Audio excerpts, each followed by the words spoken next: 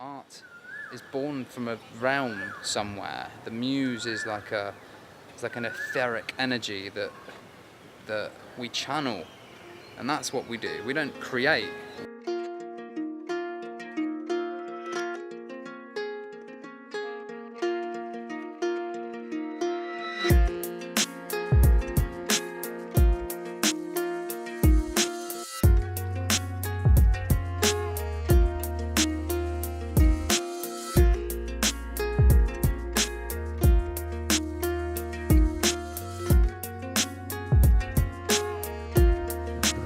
This video, D.M.T gave me superpowers, because multiple times, actually this idea, like, I've searched for it like a bunch of times and I haven't really seen much on it. Like, people, when they talk about their D.M.T experiences, mostly relate to this sort of like non-physical, like non-body experience where they leave the body and almost like that's the goal. There's this like, oh, did you break through?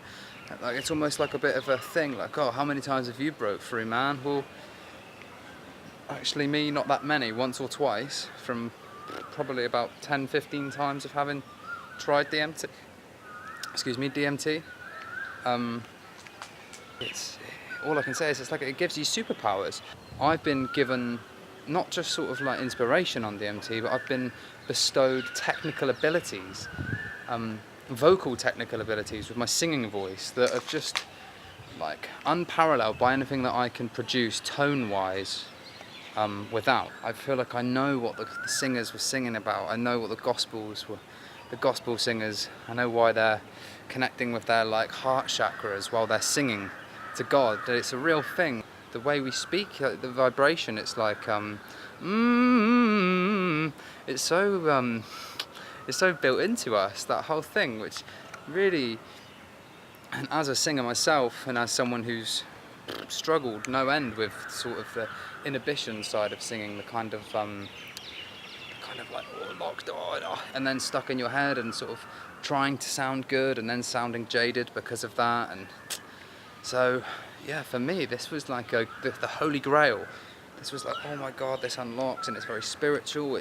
I'm singing with God, I'm connecting with this high, I'm channeling. That's what it is. It's like a channeling.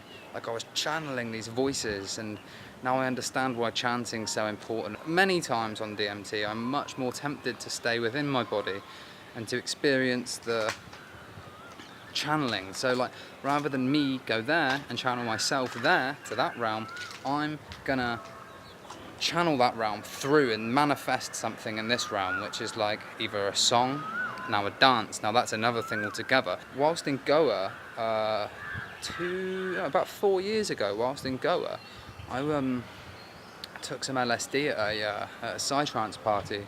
I was experiencing this flow state with the dance. Then my friend passed me a hit of changa.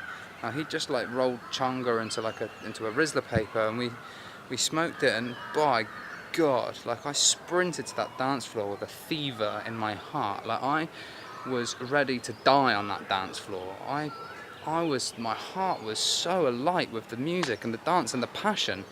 The feelings that were accompanying the motions that I was doing were spiritual. Like I was channeling these spirits through my body, and they were like wild. They were wild forest, African savanna spirits sort of playing through my limbs, and I became an instrument. And that is like an experience that I'll never forget. I am completely baffled as to how these things work. Maybe it's the muse. Maybe like if you've ever read a book, The War of Art, it talks about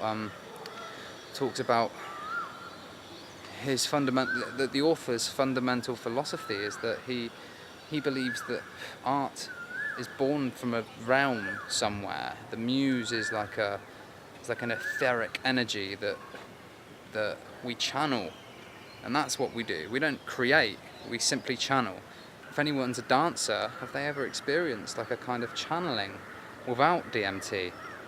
So that's it. DMT for one night, it gave me superpowers, and it was amazing. Every time we ingest something like that, we're on a different part, and we can experience these ecstatic states. We can sort of really unshackle unshackle our brains from a kind of mundane kind of existence. They raise a feeling of freedom.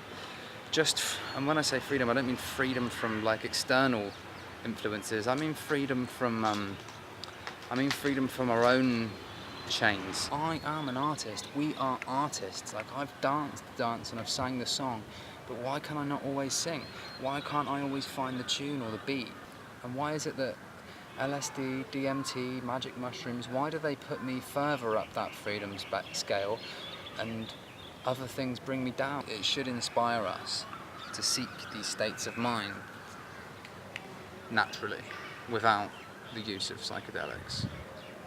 I think that's where I'll leave it, because I've talked a lot. Hope that someone can get something from this video. If you want to hit subscribe, that'd be really cool.